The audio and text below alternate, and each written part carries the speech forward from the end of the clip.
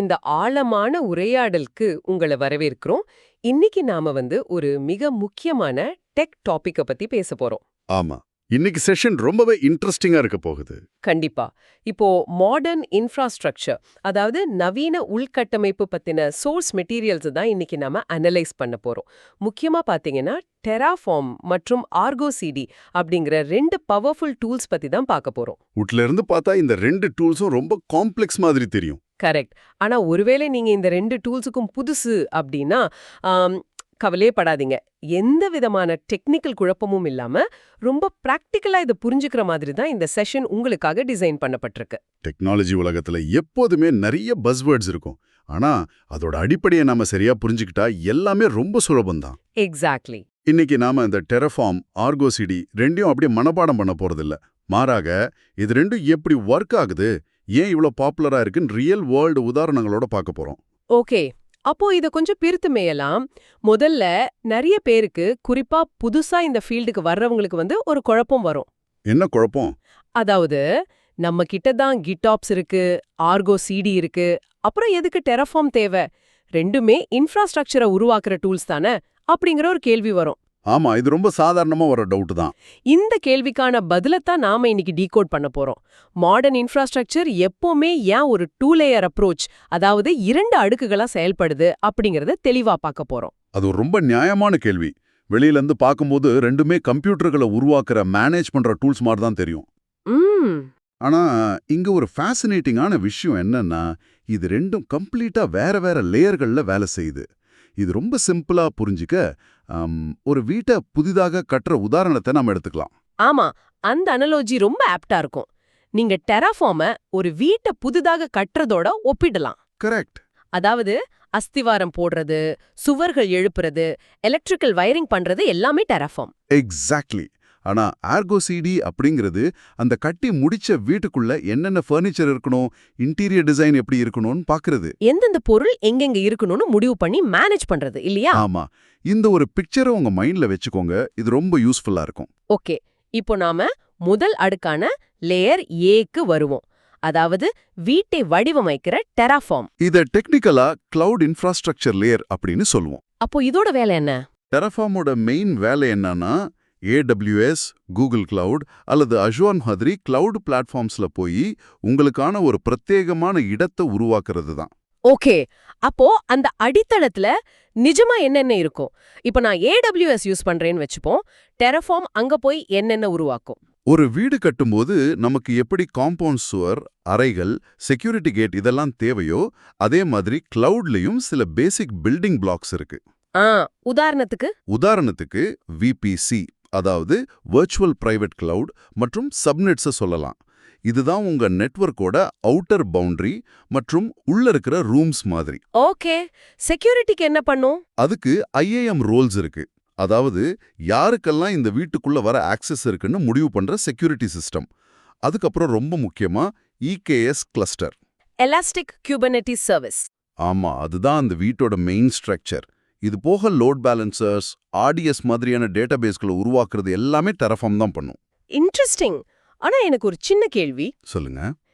இதையெல்லாம் நான் AWS கன்சோல்ல போயே மேனுவலா கிளிக் பண்ணி கிரியேட் பண்ணிடலாமே, அதுக்கு ஏன் டெராஃபார்ம் அப்படிங்கிற ஒரு தனி டூல் வேணும்? இது ஒரு முக்கியமான கேள்வியே எழுப்புது. மேனுவலா கன்சோல்ல போய் கிளிக் பண்ணி பண்றத கிளிக் ஆப்ஸ் அப்படின்னு கிண்டலா சொல்லுவாங்க. ஓ, கிளிக் ஆப்ஸ். ஆமா, ஒரு சின்ன ப்ராஜெக்ட்டுக்கு அது ஓகே. ஆனா ஒரு பெரிய கம்பெனில நூற்றுக்கணக்கான சர்வர்களை உருவாக்குறீங்கன்னு வச்சுப்போம். நாளைக்கே அதே மாதிரி இன்னொரு செட் ஆஃப் சர்வர்களை வேற ஒரு ரீஜன்ல உருவாக்கணும்னா திரும்பவும் மேனுவலா போய் ஒவ்வொன்றா கிளிக் பண்ணிட்டு இருப்பீங்களா? இல்ல, அது ரொம்ப கஷ்டம். அங்க தப்பு நடக்க வாய்ப்பு இருக்கே. கண்டிப்பா. மனுஷங்க பண்ணும்போது ஏதோ ஒரு செட்டிங்க மாத்தி கிளிக் பண்ண சான்ஸ் இருக்கு. ஒரு சின்ன செக் பாக்ஸை விட்டா கூட பிரச்சனை தான். அதனால தான் டெராஃபார்மை இன்ஃப்ராஸ்ட்ரக்சர் அஸ் கோட், அதாவது IAC அப்படின்னு சொல்றோம். எந்த ஒரு வீட்டை கட்டவும் நமக்கு ஒரு ப்ளூ பிரிண்ட் தேவை இல்லையா? ஆமா. அது போலவே டெராஃபார்ம் தன்னோட உள்கட்டமைப்பு அமைக்க .tf ஃபைல்ஸை பயன்படுத்துது. Configuration files. Oh, .tf extension. Correct. இந்த ஃபைல்ஸ்ல நமக்கு என்னென்ன தேவை, அது எப்படி இருக்கணுங்கிற எல்லா டீடைல்ஸும் கோடா எழுதப்பட்டிருக்கும். இதை ரன் பண்ணா டெராஃபார்ம் ஆட்டோமேட்டிக்கா கிளவுட்ல போய் எல்லாத்தையும் பெர்ஃபெக்ட்டா உருவாக்கிடும். வாவ்.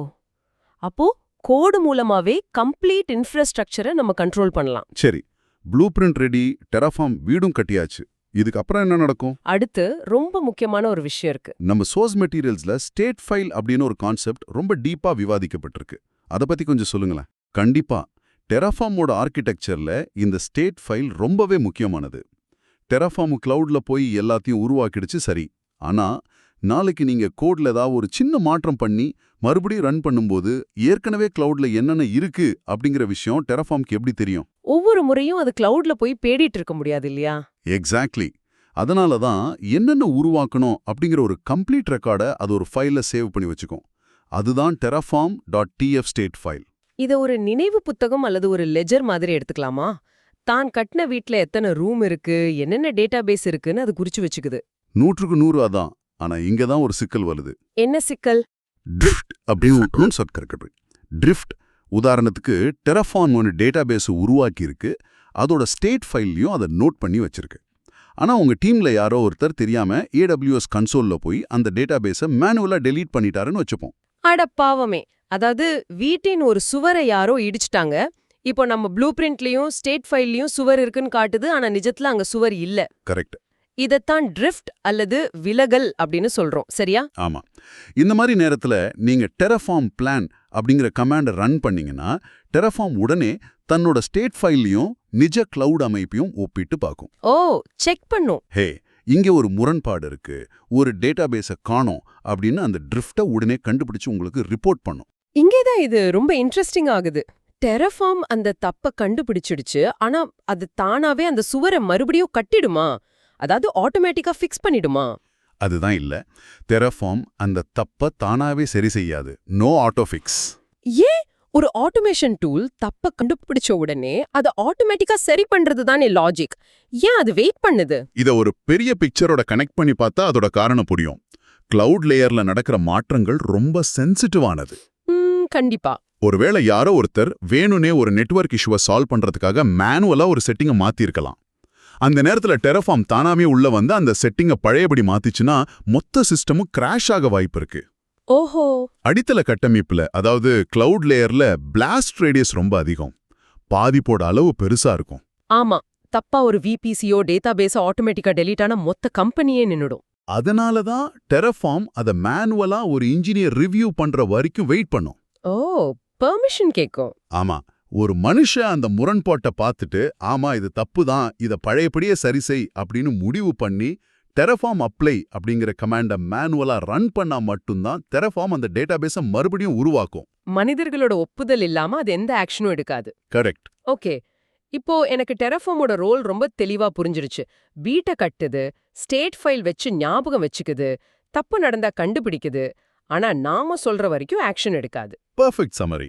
இப்போ நாம 2வது அடுக்குக்கு, அதாவது லேயர் பிக்கு வருவோம். வீடு கட்டியாச்சு, உள்ள இன்டீரியர் வேலை பார்க்க போறோம். இதுதான் குபர்னெட்டிஸ் இன்ஃப்ராஸ்ட்ரக்சர் அல்லது கிளஸ்டர் லேயர். இங்கதான் ஆர்கோ சிடி உள்ள வருது. ஆமா, டெராஃபார்ம் ஒரு EKS கிளஸ்டரை உருவாக்கி கொடுத்துடுச்சு. இப்போ அந்த கிளஸ்டருக்குள்ள நம்ம அப்ளிகேஷன்களை ரன் பண்ணுவோம். ஓகே. அந்த அப்ளிகேஷன்ஸ்களுக்கு தேவையான deployments, services, ingress, config maps, monitoring tools, இது எல்லாத்தையும் மேனேஜ் பண்றது தான் ஆர்கோ சிடியோட வேலை. ஒரு நிமிஷம், எனக்கு இங்க ஒரு டவுட். கேளுங்க. குபர்னெட்டிஸ்கே சொந்தமா கியூப்கட்டில் கமாண்ட்ஸ் இருக்கே, டெவலப்பர்ஸ் கியூப்கட்டில் அப்ளைன்னு கொடுத்து அவங்க அப்ளிகேஷனை டிப்ளாய் பண்ணலாமே, இதுக்கே தனியா ஆர்கோ சிடி வேணும்? அங்கதான் GitOps அப்படிங்கிற ஒரு முக்கியமான கான்செப்ட் உள்ள வருது. முன்னாடி டெவலப்பர்ஸ் மேனுவலா கமாண்ட் ரன் பண்ணி டிப்ளாய் பண்ணிட்டு இருந்தாங்க. ஆமா, நான் கூட அப்படி பண்ணிருக்கேன். ஆனா யாரு எப்ப என்ன டிப்ளாய் பண்ணாங்கன்னு ட்ராக் பண்றது ரொம்ப கஷ்டமா இருந்துச்சு. அதனால தான் GitOps மாடலை கொண்டு வந்தாங்க. So what does this all mean? இந்த GitOps மாடல்னா என்ன? GitOpஸோட அடிப்படை விதியே இதுதான். கிட் மட்டுமே உண்மையின் ஆதாரம், single source of truth. Okay. அதாவது உங்க கிளஸ்டருக்குள்ள என்னென்ன அப்ளிகேஷன் ஓடணும், அது எந்த வெர்ஷன்ல இருக்கணும் அப்படிங்கிற எல்லா தகவல்களும் கிட் ரிபாசிட்டரியில, உதாரணத்துக்கு GitHub அல்லது GitLabல YAML ஃபைல்ஸா எழுதி வைக்கப்பட்டிருக்கும். ரைட். ஆர்கோ சிடி எப்பவுமே அந்த கிட் ரிப்போவை மட்டும்தான் நம்பும். அப்போ டெராஃபார்ம்ல இருக்கிற மாதிரி இங்கே ஒரு ஸ்டேட் ஃபைல் இருக்குமா? இல்லவே இல்ல. அதுதான் இங்க ட்விஸ்ட். ஆர்கோ சிடிக்கு எந்த ஸ்டேட் ஃபைலும் கிடையாது. என்னது ஸ்டேட் ஃபைல் கிடையாதா? ஆமா, அது தன்னோட ஸ்டேட்டை தனியா எங்கேயும் ஸ்டோர் பண்றதில்ல. அதுக்கு பதிலா அது டைரக்டா கிட்டையும் நிஜத்துல ஓடிக்கிட்டு இருக்கிற குபர்னெட்டிஸ் கிளஸ்டரையும் தொடர்ந்து ஒப்பிட்டு பார்த்துக்கிட்டே இருக்கும். ஒரு ஸ்டேட் ஃபைல் இல்லாம அது எப்படி மேனேஜ் பண்ணுது? இது கொஞ்சம் ஆச்சரியமா இருக்கே. இங்க தான் ஆர்கோ சிடியோட ரீகன்சிலியேஷன் லூப், அதாவது சீரமைப்பு சுழற்சி அப்படிங்கிற மெக்கானிசம் வேலை செய்யுது. இது ஒரு கண்டினியூஸ் ப்ராசஸ். ஓ, தொடர்ந்து நடந்துகிட்டே இருக்குமா? ஆர்கோ சிடி ஒருபோதும் தூங்குறதில்ல. அது தொடர்ந்து 2 விஷயங்களை செக் பண்ணிட்டே இருக்கும். ஒன்னு கிட்ல உள்ள விரும்பிய நிலை, டிசைர்ட் ஸ்டேட், நாம கோடுல என்ன கேட்டிருக்கோன்னு பார்க்கும். ரெண்டாவது குபர்னெட்டிஸ்ல உள்ள தற்போதைய லைவ் நிலை, லைவ் ஸ்டேட், நிஜத்துல இப்ப கிளஸ்டர்ல என்ன ஓடிட்டு இருக்குன்னு பார்க்கும். ஓ, கிட்ல இருக்கிற லிஸ்டையும் கிளஸ்டர்ல இருக்கிற அப்ளிகேஷனையும் ஆர்கோ சிடி நிமிடத்துக்கு நிமிடம் ஸ்கேன் பண்ணிட்டே இருக்கு. கரெக்ட். சரி, இப்போ ஒரு ரியல் வேர்ல்ட் சினாரியோ வச்சுப்போம். ஃப்ளிப்கார்ட் அல்லது அமேசான்ல ஒரு பெரிய சேல் நடக்குது. ஓகே. டிராஃபிக் அதிகமா இருக்குன்னு ஒரு டெவலப்பர் அவசரமா கூப் கண்ட்ரோலர் மூலமா மேனுவலா சர்வரோட ரெப்ளிகாக்களை 3ல இருந்து 10க்கு மாத்திடுறார். ஆனா கிட்ல இன்னும் 3ன்னு தான் இருக்கு. இப்போ என்ன நடக்கும்? இது ஒரு அருமையான உதாரணம். இந்த மாதிரி மேனுவல் சேஞ்ச் நடந்த உடனே ஆர்கோ சிடியோட ரீகன்சிலியேஷன் லூப் அந்த விலகலை, அதாவது அந்த ட்ரிஃப்ட கண்டுபிடிச்சிரும். உடனே கண்டுபிடிச்சிடுமா? ஆமா, ஹெல்லோ கிட்ல 3 ரெப்ளிகா தான் இருக்கணும்னு எழுதியிருக்கு. ஆனா இங்க 10 ஓடிட்டு இருக்கு. இது தப்பு அப்படின்னு உடனே அலர்ட் அடிக்கும். சூப்பர். டெராஃபார்ம்ல இந்த மாதிரி நடந்தா அது மனுஷங்க அப்ளை பண்ற வரைக்கும் வெயிட் பண்ணணும்னு பார்த்தோம். ஆர்கோ சிடியும் அப்படியே வெயிட் பண்ணுமா? அங்கதான் மிகப்பெரிய வித்தியாசம் இருக்கு. ஆர்கோ சிடி வெயிட் பண்ணாது. வாவ். அதுல செல்ஃப் ஹீல் அல்லது சுய குணப்படுத்துதல் அப்படிங்கிற வசதியை நீங்க ஆன் பண்ணி வச்சிருந்தீங்கன்னா மனிதர்களோட தலையீடு இல்லாமலேயே தானாகவே அந்த 10 ரெப்ளிகாவை திரும்ப 3க்கு மாத்திடும். ஆட்டோமேட்டிக்கா? ஆமா, அதாவது கிட்ல என்ன இருக்கோ அதை அப்படியே நிஜமாக்கிடும். நகர்த்தப்பட்ட சோஃபாவை திரும்பவும் ஆட்டோமேட்டிக்கா பழைய இடத்துக்கே தூக்கி வச்சிடும். வெயிட், இது ஒரு விதத்துல ஆபத்து இல்லையா? ஏன் அப்படி கேக்குறீங்க? நான் அவசரமா ஒரு டிராஃபிக்கை சமாளிக்க மேனுவலா 10க்கு மாத்தினா ஆர்கோ சிடி உடனே அதை திரும்ப 3க்கு மாத்திடுச்சுன்னா சைட் டவுன் ஆயிடுமே. இது ஏன் ஒரு ஃபீச்சரா பார்க்கப்படுது? இது ரொம்ப வேலிடான பாயிண்ட். ஆனா கிட்ஆப்ஸ் கல்ச்சர்ல இதுதான் சரியான அப்ரோச். எப்படி? உங்களுக்கு 10 ரெப்ளிகா வேணும்னா நீங்க மேனுவலா கிளஸ்டர்ல போய் மாத்தக்கூடாது. அதுக்கு பதிலா கிட் ரிப்போல போய் கோடுல 3 10க்கு மாத்தி கமிட் பண்ணணும். ஓ, கோடு வழியா தான் போகணும். ஆமா, நீங்க கிட்ல மாத்தின அடுத்த செகண்ட் ஆர்கோ சிடி அதை படிச்சுட்டு கிளஸ்டர்ல 10 ரெப்ளிகாவை மாத்திடும். இதனால என்ன லாபம்? இதனால என்ன லாபம்னா உங்க இன்ஃப்ராஸ்ட்ரக்சர்ல நடக்கிற ஒவ்வொரு சின்ன மாற்றமும் கிட்ல ரெக்கார்ட் ஆயிடும். யாரு மாத்தினாங்க, ஏன் மாத்தினாங்கன்னு ட்ராக் பண்றது ஈஸி. மேனுவல் சேஞ்சஸை என்கரேஜ் பண்ணக்கூடாது அப்படிங்கிறதுக்காகத்தான் இந்த செல்ஃப் ஹீல் மெக்கானிசம் இருக்கு.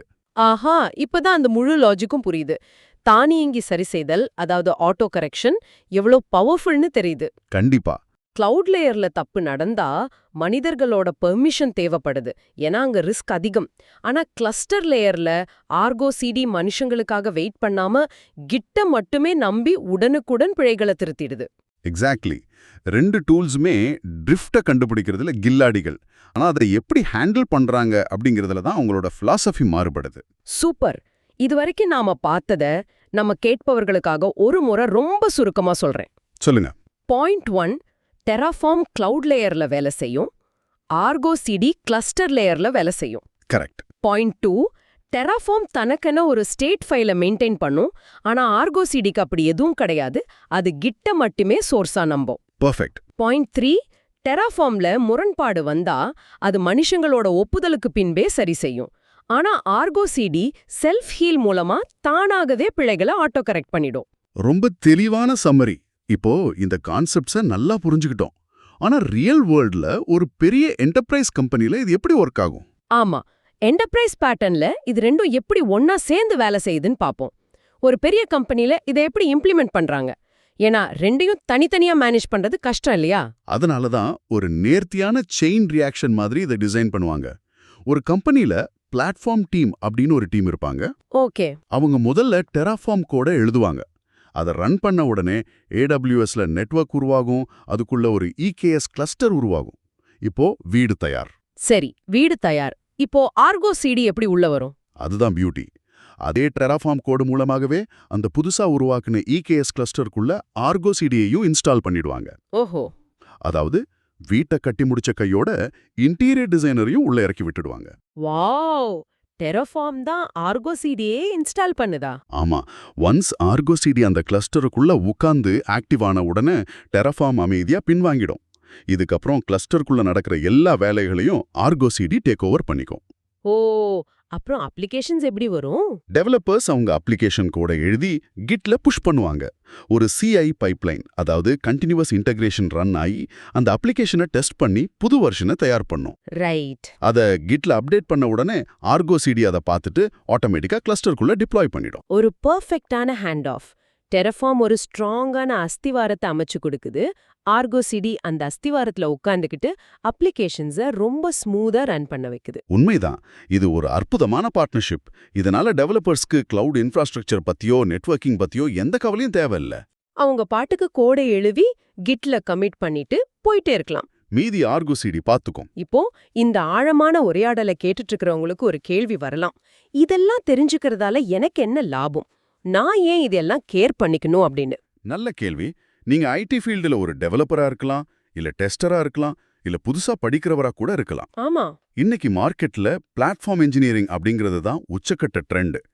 கம்பெனிகள் எல்லாமே தங்களோட இன்ஃப்ராஸ்ட்ரக்சரை மேனுவலா மேனேஜ் பண்றதை நிறுத்திட்டு முழுமையா ஆட்டோமேஷன் பக்கம் மாறிட்டு இருக்காங்க. அது உண்மைதான். இந்த 2 லேயர் மாடல் தான் அந்த நவீன ஆர்கிடெக்ட்ஸோட அஸ்திவாரம். ஆமா, நீங்க எந்த ஒரு டெக் மீட்டிங்ல இருந்தாலும் சரி, இல்ல ஒரு இன்டர்வியூல ஆர்கிடெக்சரை பத்தி விவாதிக்கும் போதும் சரி, இந்த கான்செப்ட்ஸ் உங்களுக்கு பெரிய கான்ஃபிடன்ஸை கொடுக்கும். கண்டிப்பா. ஆர்கோ சிடி உள்ள ஃபர்னிச்சர் அரேஞ்ச் பண்றது ரெண்டுக்கும் வேற வேற வேலை இருக்கு அப்படின்னு ரொம்ப தெளிவா உங்களால பதில் சொல்ல முடியும். எக்ஸாக்ட்லி. டூல்ஸை மனப்பாடம் பண்றதை விட அந்த டூல்ஸ் ஏன் அந்த குறிப்பிட்ட வழியில டிசைன் பண்ணப்பட்டிருக்கு அப்படிங்கிற அந்த வைய புரிஞ்சுக்கிறது தான் ஒரு சாதாரண இன்ஜினியருக்கும் ஒரு எக்ஸ்பர்ட்டுக்கும் உள்ள வித்தியாசம். ரொம்ப சரியா சொன்னீங்க. இந்த செஷன் மூலியமா டெராஃபார்ம் மற்றும் ஆர்கோ சிடி அப்படிங்கிற 2 தொழில்நுட்பங்களும் ஒண்ணுக்கொன்னு போட்டியாளர்கள் இல்ல. அது ரெண்டும் ஒரு மாடர்ன் இன்ஃப்ராஸ்ட்ரக்சரை உருவாக்க எப்படி தோளோடு தோள் சேர்ந்து உழைக்குது அப்படிங்கறத ரொம்ப பிராக்டிக்கலா புரிஞ்சுக்கிட்டோன்னு நம்புறேன். எனக்கும் அதே நம்பிக்கை இருக்கு. இந்த மாதிரி கான்செப்ட்ஸ் டிஸ்கஸ் பண்றது எப்போதுமே ரொம்ப ஃபேசினேட்டிங்கா இருக்கும். ஓகே, நாம இந்த ஆழமான உரையாடலோட இறுதி பகுதிக்கு வந்துட்டோம். உங்ககிட்ட இருந்து விடைபெறதுக்கு முன்னாடி நீங்க தனியா உட்கார்ந்து யோசிக்கிறதுக்காக ஒரு சிந்தனையை உங்ககிட்ட விட்டுட்டு போறோம். என்னது அது? நாம இன்னைக்கு பார்த்தபடி கிளஸ்டருக்குள்ள நடக்கிற மாற்றங்களை, பிழைகளை ஆர்கோ சிடி உடனுக்குடனும் தானாகவும், அதாவது செல்ஃப் ஹீல் மூலமா சரி செய்திடுது. மனுஷங்களுக்காக அது வெயிட் பண்றதில்ல. ஆமாம். ஆனா கிளவுட் லேயர்ல இருக்கிற டெராஃபார்ம் ஒரு தப்ப கண்டுபிடிச்சாலும் அதை சரி செய்ய மனிதரோட டெராஃபார்ம் அப்ளை அப்படிங்கிற கமாண்டுக்காக காத்துக்கிட்டு இருக்கு. கரெக்ட். இன்னைக்கு இருக்கிற AI மற்றும் அட்வான்ஸ்டு டெக்னாலஜி உலகத்துல முழுமையான ஆட்டோமேஷன் அப்படிங்கிறது தொழில்நுட்ப ரீதியா சாத்தியம்தான். டெராஃபார்ம் நினைச்சா தானாகவே அந்த VPC-ய உடனே ரீக்ரியேட் பண்ண முடியும். ஆனா அது அப்படி செய்ய டிசைன் பண்ணப்படல. ஆமா, அது ஒரு முக்கியமான பாயிண்ட். அதிக முக்கியத்துவம் கொடுக்கப்படுது. சிந்தித்து பார்க்க வேண்டிய விஷயம். வேகமா செயல்பட்டு தவறுகளை திருத்துற முழுமையான ஆட்டோமேஷனுக்கும் ஒரு மாபெரும் டேட்டா பேரழிவை தவிர்க்கிற மனித கட்டுப்பாட்டுக்கும் இடையிலான இந்த நுண்ணிய எல்லையை நீங்க எப்படி பாக்குறீங்க? எந்த இடத்துல மெஷின் முடிவெடுக்கணும், எந்த இடத்துல மனுஷன் முடிவெடுக்கணும் அப்படிங்கிற அந்த பேலன்ஸ், இத பத்தி கொஞ்சம் ஆழமா சிந்திச்சு பாருங்க. இது உங்களோட அடுத்த கட்ட டெக்னிக்கல் தேடலுக்கு ஒரு மிகச்சிறந்த திறவுகோலா இருக்கும். சிறப்பான கேள்வி. மீண்டும் ஒரு சுவாரஸ்யமான டாபிக்கோட அடுத்த ஆழமான உரையாடல்ல சந்திப்போம்.